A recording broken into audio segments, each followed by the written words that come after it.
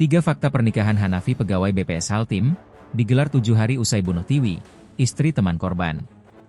Beredar viral video pernikahan pegawai Badan Pusat Statistik, BPS, Kabupaten Halmahera Timur, Maluku Utara, Aditya Hanafi, 27, dengan AFM.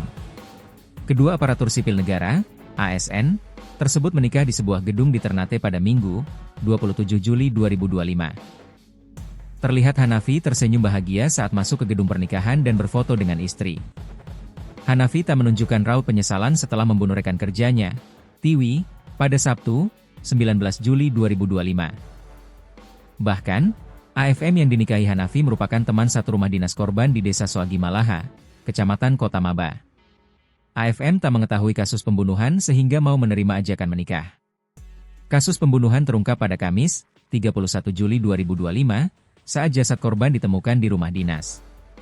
Uang korban juga diambil untuk biaya tiket pesawat orang tua Hanafi. Hanafi ditangkap tanpa perlawanan di Ternate pada Kamis, 7 Agustus 2025. Tersangka menjabat sebagai statistisi ahli pertama di BPS Halmahera Timur, sedangkan jabatan Tiwi dan. Namun, Tiwi dan AFM tinggal di rumah dinas yang sama dan kamarnya bersebelahan. Kasat Reskrim Polres Halmahera Timur, Ibtu Rey Sobar, menerangkan rekan kerja korban curiga lantaran Tiwi tak dapat dihubungi sejak masa cuti habis. Rekan kerja kemudian mendatangi rumah dinas bersama Satpam. Pintu kamar korban terkunci. Setelah dicek melalui jendela, korban terlihat sudah meninggal dunia dengan kondisi tubuh membusuk, tuturnya. Sebanyak 8 saksi telah diperiksa, termasuk Hanafi yang saat itu berstatus saksi. Tak hanya menikahi teman korban, Hanafi juga mengantarkan jenazah untuk menutupi pembunuhan. Ajukan cuti palsu.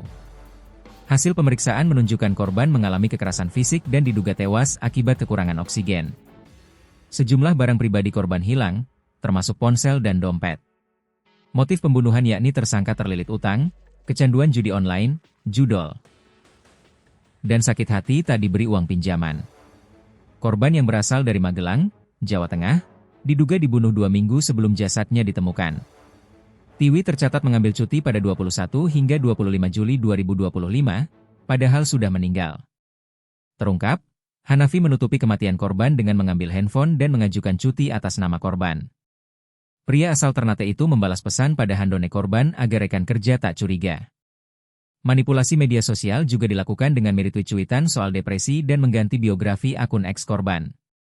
Barang bukti seperti handphone dibuang ke Danau Ngade, Ternate Selatan. Kronologi pembunuhan. Kapolsek Maba Selatan, Ibda Habiem Ramadia, menerangkan istri tersangka yang juga rekan korban belum diperiksa karena masih syok. Keduanya tinggal di rumah dinas yang sama di Desa Soagi Malaha, Kecamatan Kota Maba. Kami telah memeriksa 8 saksi termasuk pelaku. Untuk istri pelaku belum diperiksa, karena masih syok setelah mendapatkan kabar bahwa suaminya melakukan pembunuhan. Kita akan lengkapi administrasinya dan hasil visum dari rumah sakit sudah keluar, maka langsung dilakukan gelar perkara untuk dinaikkan ke tahap penyidikan, agar menetapkan tersangka, ungkapnya, dikutip dari tribunternate.com. Diduga aksi pembunuhan telah direncanakan Hanafi setelah pinjaman uang 30 juta rupiah ditolak korban. Tersangka masuk rumah dinas secara diam-diam pada Kamis, 17 Juli 2025. Menggunakan kunci rumah yang sudah digandakan pelaku. Lanjutnya, selama 2 hari, tersangka memantau aktivitas korban dari kamar calon istrinya yang letaknya bersebelahan.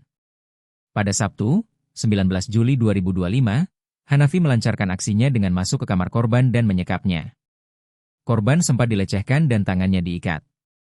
Hanafi mengambil handphone korban secara paksa serta meminta passwordnya. Ketika PIN terbuka, uang korban sebanyak 38 juta rupiah. Uang tersebut ditransfer ke GoPay korban, kemudian uang ditransfer ke rekening pelaku, tuturnya. Tersangka juga mengajukan pinjaman online menggunakan akun korban dengan limit 50 juta rupiah. Total uang milik korban yang berhasil diambil pelaku sekitar 89 juta rupiah, sambungnya.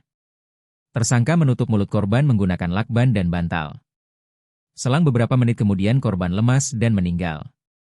Lantaran menguasai handphone korban, tersangka menutupi kematian korban dengan mengajukan cuti palsu secara online.